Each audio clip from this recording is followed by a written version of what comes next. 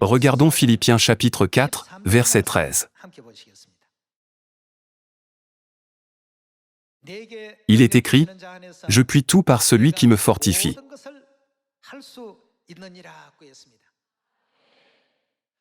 Il est écrit, « Je puis tout par Dieu. » Dieu nous a permis de faire toutes choses, nous y a invités, et nous a réunis en équipe. En fait, pour Dieu, nous ne sommes que peu utiles en tant que membres de l'équipe. Cependant, il nous chérit et nous a donné une opportunité. Frères et sœurs, Père Céleste et Mère Céleste dirigent toutes les tâches que nous ne pouvons pas réaliser par nos propres forces et capacités, et nous donnent l'occasion de recevoir de telles récompenses célestes. Ne devrions-nous pas être vraiment reconnaissants envers eux? Frères et sœurs, vous croyez en Dieu. Je crois aussi en Dieu. Si nous croyons en Dieu, alors nous devons naturellement croire aux paroles de Dieu. Je crois, et vous aussi, aux paroles de Dieu, je puis tout par celui qui me fortifie. Désormais, nous devrions dire, je puis tout, et non plus, je ne pense pas pouvoir faire ça. Je n'y arrive pas. Nous ne devrions jamais dire de telles choses. Dieu nous a clairement donné les paroles que nous pouvons tout faire. Je puis tout. Vous pouvez tout faire. Nous pouvons tout faire.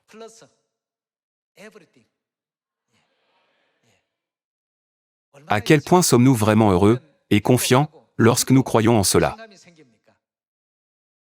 Dieu a ordonné à Moïse d'étendre son bâton vers la mer Rouge.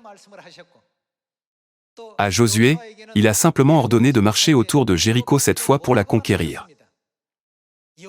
Ce n'est ni par le pouvoir de Josué que Jéricho a été conquise, ni par le pouvoir de Moïse que la mer Rouge a été séparée. Ils ont simplement obéi et ont fait exactement ce que Dieu leur avait ordonné de faire. Alors, qu'est-ce que Dieu nous a commandé de faire aujourd'hui? Ouvrons Matthieu chapitre 28. Dans Matthieu chapitre 28, verset 18, il est écrit, « Jésus, s'étant approché, leur parla ainsi, « Tout pouvoir m'a été donné dans le ciel et sur la terre. Allez, faites de toutes les nations des disciples. » Quand nous y allons, nous devenons tous des enseignants. Toutes les nations deviennent alors nos disciples. Allez, faites de toutes les nations des disciples, les baptisant au nom du Père, du Fils et du Saint-Esprit, et enseignez-leur à observer tout ce que je vous ai prescrit. Dieu a dit à Moïse d'étendre son bâton vers la mer Rouge et a ordonné à Josué de marcher 7 fois autour et de crier. À nous, Dieu a dit d'y aller. Et enseignez-leur à observer tout ce que je vous ai prescrit. Et voici, je suis avec vous tous les jours, jusqu'à la fin du monde. Frères et sœurs, vous croyez en Dieu, je crois en Dieu, et nous croyons tous en Dieu, et en ses paroles. Si nous croyons cela, nous ne devons pas douter de savoir si ces choses s'accompliront-elles ou non. Douter devient la preuve que le Saint-Esprit n'est pas avec eux, rendant impossible l'intervention de la providence de Dieu. Marc chapitre 9, verset 23. Jésus lui dit, « Si tu peux. Tout est possible à celui qui croit. »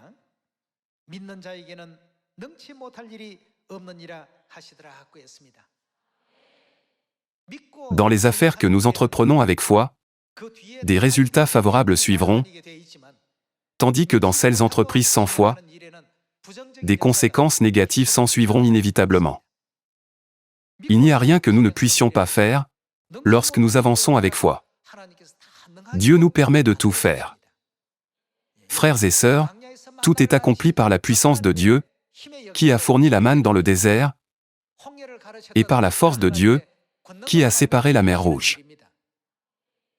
Pour nous, le mot « impossible » n'existe pas. Nous devons diviser le mot anglais « impossible », tout comme la mer Rouge a été divisée. Lorsque nous le séparons, qu'est-ce qui apparaît devant nous? Impossible, n'est-ce pas? Dieu nous a donné le pouvoir de transformer impossible en possible. À quel point est-ce merveilleux?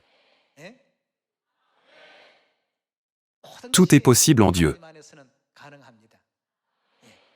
Par conséquent, l'Évangile doit toujours être mené avec la foi en Dieu, non avec la foi en nos propres capacités, car cela serait impossible. En espérant que tous les enfants de Sion n'oublieront jamais Dieu, et le garderont toujours dans leurs pensées, j'aimerais conclure le sermon d'aujourd'hui. Merci beaucoup.